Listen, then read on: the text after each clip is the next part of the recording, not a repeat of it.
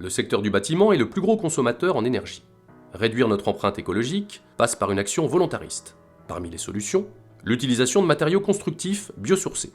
Les PEP 64 ont fait ce choix d'un matériau d'origine végétale et renouvelable. L'architecte a ainsi réalisé un bâtiment bioclimatique, associant structure bois et isolation des murs en bottes de paille et de la toiture en ouate de cellulose. Construire en bottes de paille, c'est bénéficier d'un matériau de qualité qui a un retour d'expérience de plus d'un siècle. En France, nous avons l'exemple de la maison Feuillette, construite en 1920 à Montargis, au sud de Paris, qui est toujours habitée. Les bottes de paille, qui ont près d'un siècle, visibles depuis les combles, sont en parfait état. Cette technique de construction est l'assurance de minimiser fortement l'impact environnemental. La paille nécessite très peu d'énergie et tout au long de son cycle de vie, le bilan gaz à effet de serre est meilleur que pour de nombreux matériaux de construction. La paille permet même le stockage de carbone. La botte de paille est un matériau abondant et renouvelable. La production française annuelle brute est de 50 millions de tonnes. L'utilisation actuelle dans la construction est de 5000 tonnes. Même si tous les logements d'une année étaient isolés en botte de paille, un faible pourcentage de la production serait nécessaire. Une filière reconnue techniquement, structurée, sérieuse et fiable. Elle dispose des agréments techniques nécessaires pour l'assurabilité des constructions. La fabrication se déroule tout d'abord dans les ateliers Ourcade. Après, c'est usiné à la machine de taille qui est derrière.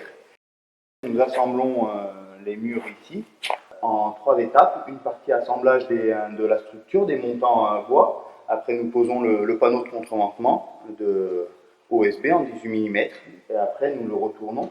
Nous remplissons de paille.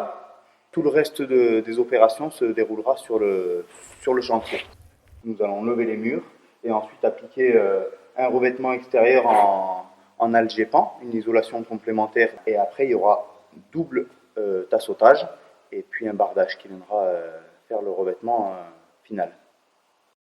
On arrive avec des caissons préfabriqués, tout isolé. Donc 3 semaines pour un bâtiment de 1200 m², je pense que c'est pas mal. Isoler un bâtiment en paille n'est pas plus compliqué que les techniques courantes de la construction. Les règles à respecter sont un taux d'humidité inférieur à 20% et une masse volumique comprise entre 80 et 120 kg du mètre cube.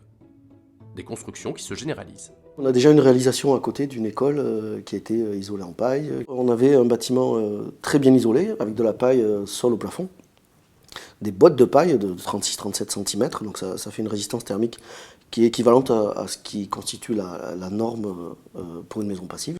Grâce à l'inertie de transmission des parois en paille et l'inertie d'absorption de la terre, on a un confort d'été qui est très important, puisque pendant la dernière canicule, alors qu'on avait des températures qui sont montées à plus de 38 degrés en journée, dans l'école, dans les salles de classe, on n'a pas atteint les 27 degrés, sans climatisation, sans surventilation nocturne. Utiliser des bottes de paille, c'est aussi bénéficier d'un matériau de chantier en circuit court.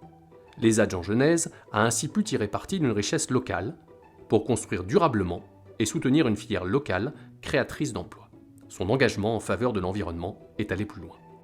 Les besoins en électricité pour l'éclairage artificiel ont été divisés par 3 grâce aux apports de lumière naturelle et à la généralisation de l'énergie LED. Le bâtiment produit plus d'énergie qu'il n'en consomme. L'installation photovoltaïque permet de produire l'électricité nécessaire à 3 bâtiments similaires.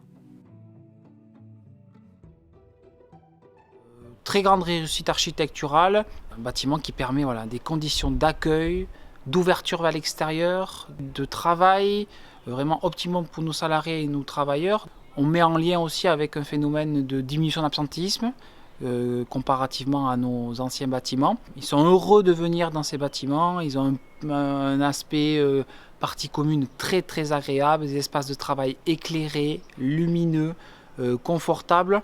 Dans l'ensemble, tout va bien. Toilette adaptée, la salle de repos est adaptée aussi. Il est mieux placé au niveau environnement, plus isolé. On a passé un hiver sympa, donc l'air était bon et tout.